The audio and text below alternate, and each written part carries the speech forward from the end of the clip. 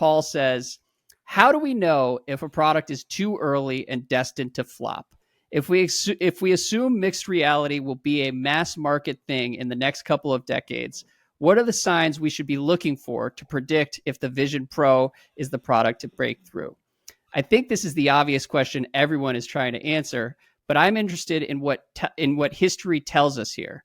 For example, what was it about the Apple Newton that made it a decade too early?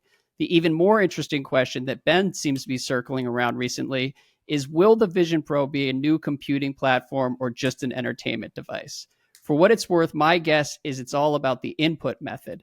Multi-touch on the iPhone wasn't perfect on day one, but in hindsight, it's clear it was the right bet, and they'd iterate on it each year until it felt like second nature. Ben's latest review of the Vision Pro is concerning in this regard because he seems to be saying that there's some fundamental flaws in the input method that could prohibit it from becoming a new computing platform. So what do you think, Ben? Compare and contrast with the Apple Newton. Well, I think number one, is sort of mixed reality going to be a mass market thing? I don't know. I mean, I think that's part of why this is exciting. And it's also part of why I admire Apple for launching the Vision Pro, because like it's not guaranteed to be a success, right? Like there, the iPhone in retrospect, but also even at the time, was not a particularly risky decision. Now there's choices they made that were pretty risky, like no keyboards, for example, that in retrospect were obviously correct.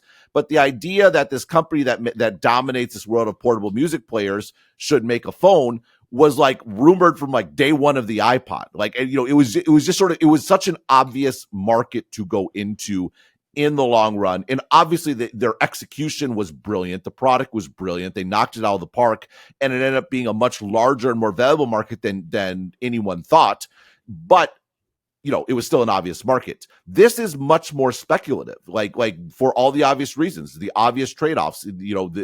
It's expensive, it's big, it's on your face, you look pretty silly, like you can't share with your family, like all these sorts of bits and pieces make it unclear if this is going to be, is this going to be a dead end? Is it only ever going to be a sort of niche where you go, if you think about the progression from like the mainframe to the desktop PC to the laptop to the computer, the progression of computing devices is smaller, more personal, and more able to be with you everywhere. There's an aspect where the Vision Pro is a regression, because you can't use it everywhere, at least as it is currently constructed, and you don't sort of want to use it everywhere. You have to make a conscious decision to sit down and put it on. You don't make a conscious decision to pull out your iPhone. If anything, you're sort of mad at yourself because keep pulling it out unconsciously, right? Like that's sort of, but that speaks to the power of that market. And that said, what is next? You can see what's here. You can see what's compelling. You can get this entertainment experience that's amazing, that is portable. You can imagine a future of glasses, and that future can't be built now, but you only get to the future by sort of building it. Now, you could make that case with the Newton. It was a handheld device. In this case, it used a stylus sort of input. And if you squint, you can see the path from the Newton to the iPhone. But what was the difference in that 12 years? Well, one thing that I think is interesting is the iPhone required just an astronomical amount of, or the Newton, I should say, required an astronomical amount of invention. There were basically everything had to be invented and figured out. And I think that's often an indicator that you might be too early. So this sort of was the case with, the iPhone comes along. Well, the iPod already existed. Apple was getting pretty good at handheld devices and miniaturization. Mac OS already existed. What was the big value add? It was really the multi-touch interface like that. And this sort of speaks to the point in the email. The user interface matters, but lots of other stuff was sort of already there. It was on the edge of there. The iPhone was barely fast enough. Edge was really, edge networking was really not there. Wi-Fi was more available, but it was bringing these things on the edge of possible together and then adding on this sort of specific piece that made the iPhone the right product at the right time and just created this astronomical market. And it was like the best product ever from a business perspective, sure, at least. Is that the case for sort of VR? So I've used this line of thinking to critique Facebook's sort of investment in VR and AR. It feels like they're inventing an awful lot. They're spending so much on R&D. They've talked about the fact they're trying to pull forward sort of things that on the normal course of history would not be available till sort of years down the line. But if we spend, we can sort of pull it forward.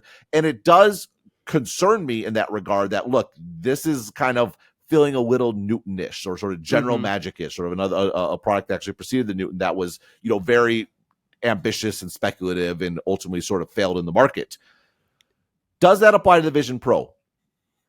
I don't think so, except for one point. I think that the Vision Pro, it's using like the M2 processor. It's using, I think the screens are good enough. That's arguably one of the major inventions here. I think the battery life is good enough. And I think the weight, frankly, is good enough. I think the size is sufficient for this to not be a mass market product necessarily, but to be viable without, Apple has spent billions of dollars and years getting to this point.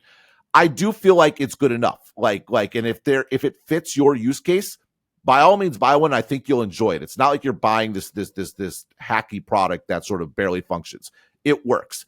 And I would say I'm not negative on the eye tracking bit. It's number one, it's incredible. Number two, I think it makes a lot of sense. That my whole articulation of eye tracking not being the best for my particular desired productivity use case was part and parcel of saying it's a great user interface for entertainment, not having to sort of get sort of goggle, controllers or sort of XYZ. And I forgot to mention that this doesn't, let you use hand gestures, but the eye tracking is remarkable. It really, really is.